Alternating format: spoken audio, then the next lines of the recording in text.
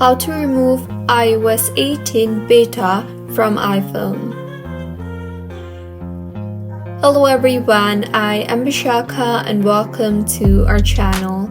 I will take you through the step-by-step process on how to remove iOS 18 beta from iPhone.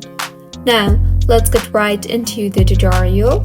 First things first, if you are looking forward to completely downgrade your device from iOS 18 beta to iOS 17, then unfortunately, in this video we are just going to show you how to remove the beta version. So, in order to remove, go ahead and launch the Settings application on your device. In Settings, tap on General and then on Software Update. You will then see the Beta Updates tab. Tap on that and as you can see, my phone is currently set to iOS 18 Public Beta.